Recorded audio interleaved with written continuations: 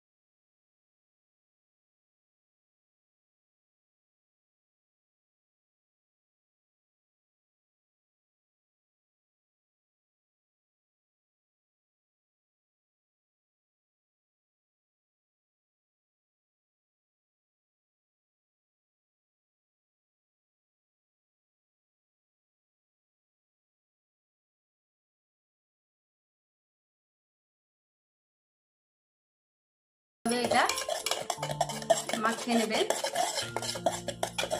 আমি আর একটা কাপের আটাটা দিয়ে দেবো। আমি যেহেতু 2টো কাপে আটা নিয়েছিলাম, এটা আমি মাখিয়ে নেব। এর মধ্যে আমি 1 চামচা বেকিং পাউডার দেব, এই দেখুন, আর তার থেকে হাফ চামচ বেকিং সোডা দেব।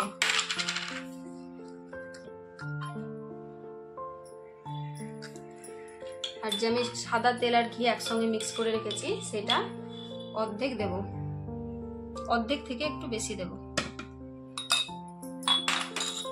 এগুলো ভালোভাবে মেখে নেব। আমার সমস্ত উপকরণ দেওয়া হয়ে গেল। এবার আরো কিছুক্ষণ আমি হ্যান্ড ব্লেন্ডারের মাধ্যমে ফাটিয়ে নেব। আমি একটু সামান্য পরিমাণে লবণ দেব যাতে মিষ্টির স্বাদটা আরো ভালো হয়। আর ভ্যানিলা জেমস এটা আমি এই মুখিটারই এক মুখে দিয়ে দেবো, যাতে ডিমের আঁশটা গন্ধটা না হয় এবং ফ্লেভারটা খুব সুন্দর হয়। এখানে আপনারা অরেঞ্জ ফ্লেভারও ব্যবহার করতে পারেন। দেখুন আমার ব্যাটারটা পুরো তৈরি হয়ে গেছে। একদম এরকম ভাবে ব্যাটারটা তৈরি করবেন। তো আমার ব্যাটারটা তৈরি হয়ে গেছে। এবার আমি কেক তৈরির জন্য একটা পাত্র নিয়েছি।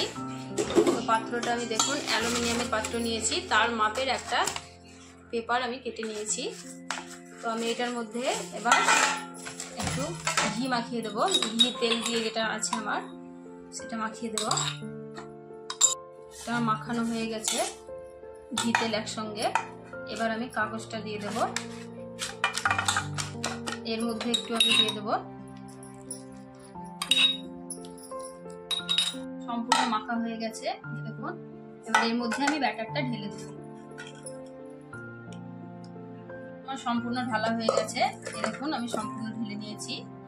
এবার এর মধ্যে আমি কতগুলো ড্রাই ফ্রুট ছিটিয়ে দেবো। আমি কিছু ময়দা দিয়ে মাখিয়ে নিয়েছি। ময়দাগুলো দেওয়ার কারণ হলো ভেতরে ড্রাই ফ্রুটগুলো ভেতরে ঢুকে যাবে না, উপরেই থাকবে। তো আমি এর মধ্যে একটা একটা করে ছিটিয়ে দেবো। সব ড্রাই ফ্রুটগুলো দেওয়া হয়ে গেল। এবার একটু এরকমভাবে হালকাভাবে ঠুকে দিবেন, ভিতরের হাওয়াটা বেরিয়ে যাবে। আর আপনাদেরকে একটা কথা বলি, এই ব্যাটারটা তৈরি করার সঙ্গে সঙ্গে কিন্তু কেকটা তৈরি করে নিতে হবে, বেশিক্ষণ রাখা যাবে না। তবে কেন রাখা যাবে না আপনারা যদি কেউ জানেন তো আমাকে কমেন্ট করে জানাবেন।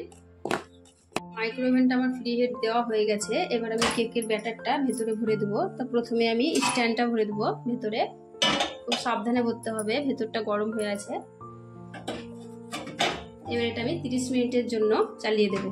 প্রথমে আমি কনভার্সন মোডে যাব, তারপর 30 মিনিটের জন্য এটা স্টার্ট করে দেব।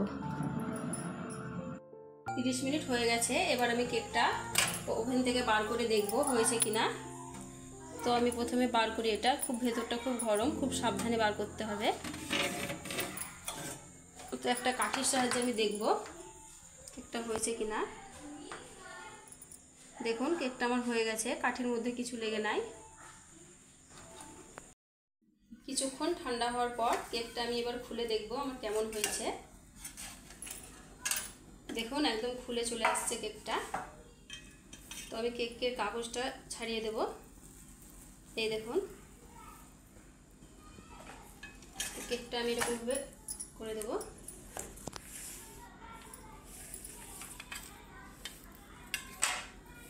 তো দেখুন আমার কেকটা কত সুন্দর নরম হয়েছে একদম। আমি কেকটা কেটে আপনাদের দেখাবো। দেখুন